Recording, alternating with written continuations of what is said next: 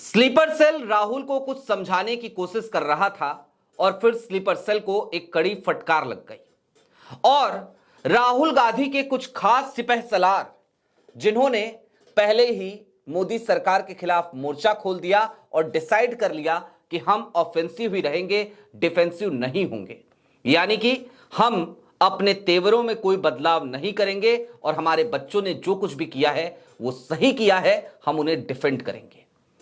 Sleeper cell लेकिन क्या चाहता था, क्या चाहते थे कांग्रेस के कुछ सीनियर लीडरान और किस तरीके से वो एक बार फिर कांग्रेस को बैकफुट पर ढकेलना चाहते थे। आज की ये स्टोरी दरअसल कांग्रेस की इनसाइड स्टोरी है। यूथ कांग्रेस के प्रोटेस्ट के बाद राहुल का कान भरने में बहुत सारे लोग लगे हुए थे, तरह तरह की चीजें उन्हें समझाई जा रही थी, लेकिन राहुल अब बदल चुके हैं।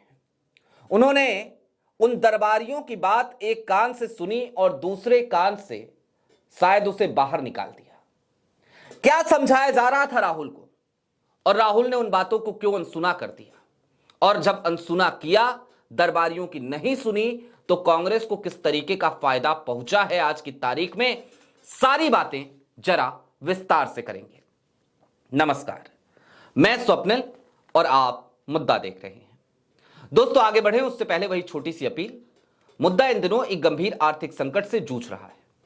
एक तरफ हमारे मेन बैंक अकाउंट्स बीते लंबे समय से फ्रीज चल रहे हैं, तो दूसरी तरफ हमारे 2.5 साल पुराने चैनल को हमसे लंबे समय तक छीन कर रखा गया था।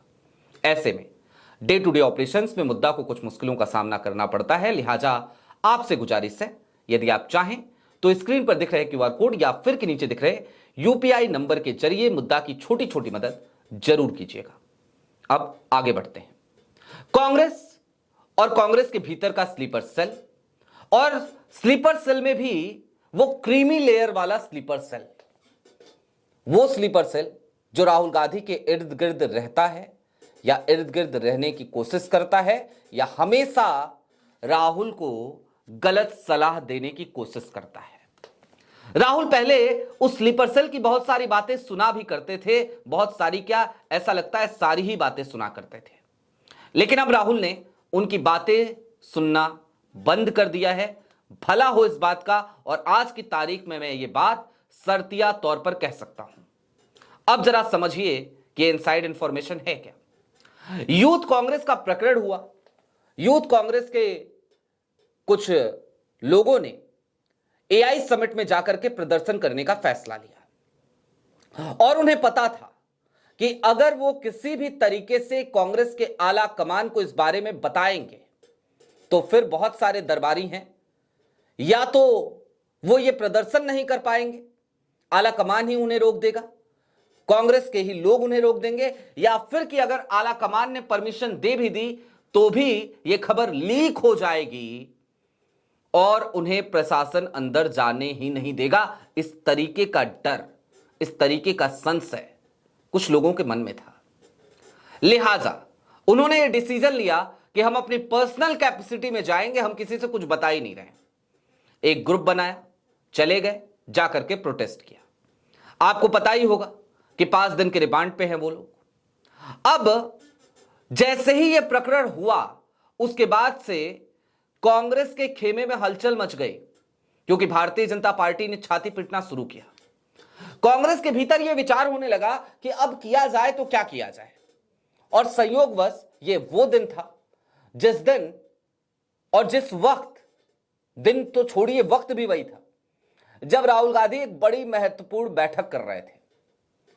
वो तमाम जनरल सेक्रेटरीज के साथ बैठे थे, 6 राज्यों के सीएलपी लीडर्स वहां पे मौजूद थे, और उस जगह पे राहुल गांधी बैठे हुए थे और उनके संज्ञान में यह मामला आया।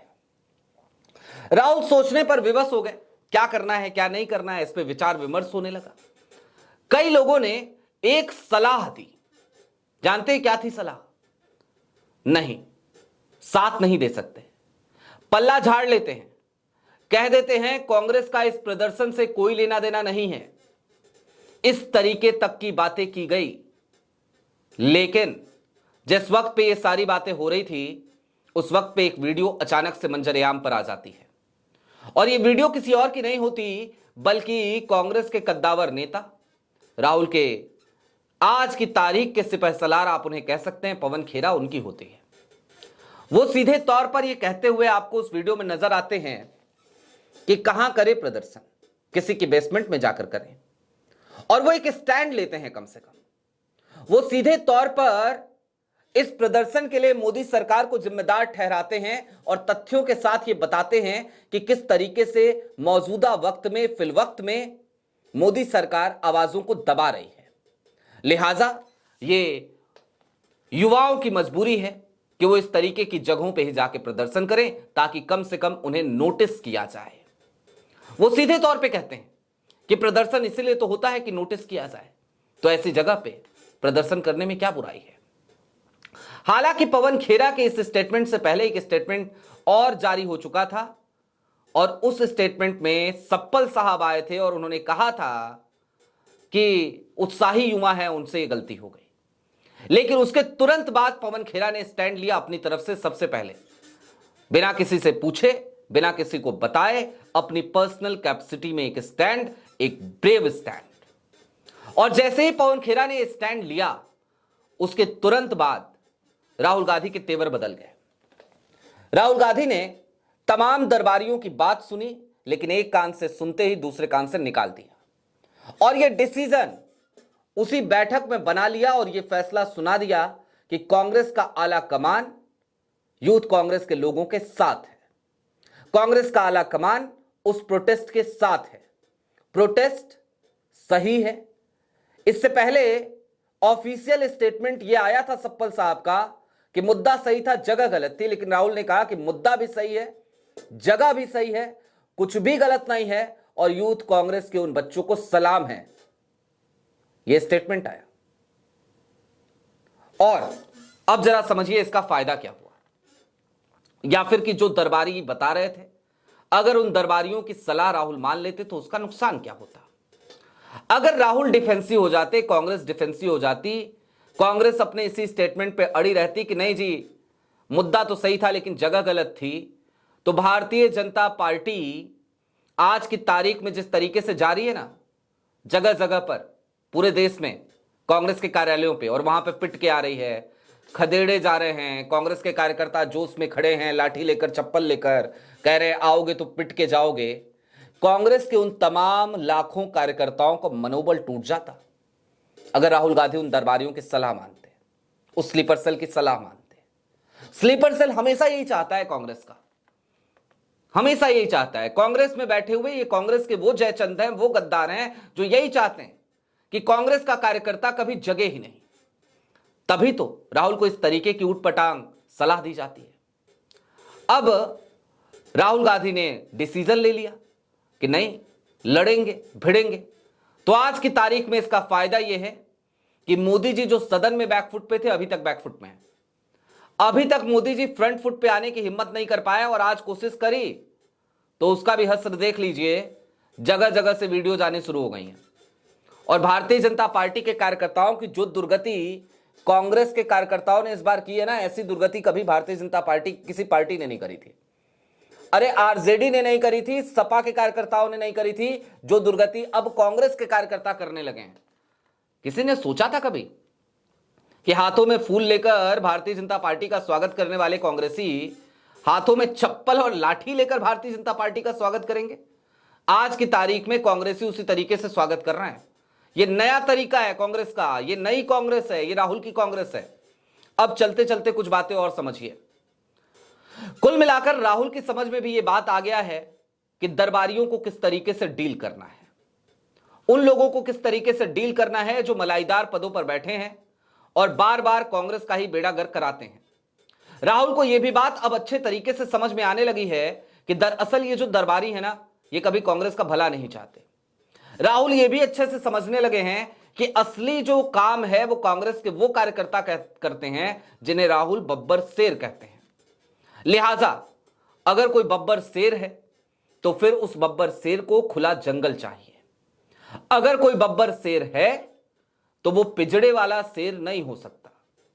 पिंजड़े में रखेंगे, पिंजड़े में कैद करेंगे तो बब्बर शेर ना तो शिकार कर पाएगा, ना गुर्रा पाएगा, और फिर उसकी दहाड़ से किसी को कोई फर्क नहीं पड़ता है। लिहाजा राहुल ने अपने बब्बर शेरों का साथ देना उचित समझा इस बार, और इसके लिए अकेले राहुल को क्रेडिट देना ठीक नहीं है। राहुल के आसपास के वो लोग जो उनके दरबारी नहीं हैं, जो कई बार दरबारियों की सलाह जब राहुल मान लेते थे तो उस चीज से नाराज हो जाया करते थे और अलग तरीके का स्टैंड ले लिया करते थे, दरअसल वो लोग आज की तारीख में उनको सबसे ज्यादा क्रेडिट दिया जाना चाहिए, इंक्लूडिंग पवन खेरा। आज मैंने बहुत दिनों के बाद कांग्रेस के इंटरनल मैटर पर फिर से एक वीडियो इसीलिए करी ताकि मैं आपको बता सकूं कि ठीक है कांग्रेस नहीं लग रही है, ठीक है कांग्रेस अग्रेसिव है, ठीक है राहुल लड़ रहे हैं, लेकिन दिक्कत अभी भी कांग्रेस में वही है कि ये जो स्लीपर सेल है, ये जो गद्दार है, ये मौके की तलाश में है और जब भी मौका मिलता है ये डसने की कोशिश करता है। इस बार भी डस चुका होता राहुल को।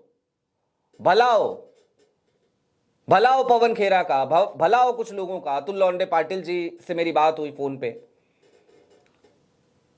हालांकि मैं इस तरीके की कोई बात नहीं हुई स्लीपर सेल या इसकी या उसकी, लेकिन बात इतनी जरूर हुई कि आपका स्टैंड क्या है। तो उन्होंने सीधे तौर पे कहा कि मैं तो भाई उनके साथ हूं। मैंने कहा आला कमान का स्टैंड क्या है? उन्होंने कहा आला कमान जब कुछ कहेगा तब देखेंगे। आला कमान ने कुछ नहीं कहा, इसका मतलब हम जो कर रहे हैं सही कर रहे हैं। ये बात उससे पहले की है। अब चलते चलते ये समझिए कि आज की तारीख में कांग्रेस के भीतर आने वाला बदलाव और इस बदलाव से थर्राया हुआ स्लीपर सेल, घबराया हुआ स्लीपर सेल और घबराए हुए मोदी, यही आज की तल्ख हकीकत है। और इस तल्ख हकीकत का सामना करने से मोदी जी बहुत डरते हैं, साहब बहुत डरते हैं। आपकी क्या राय है कमेंट बॉक्स में जरूर बताइएगा।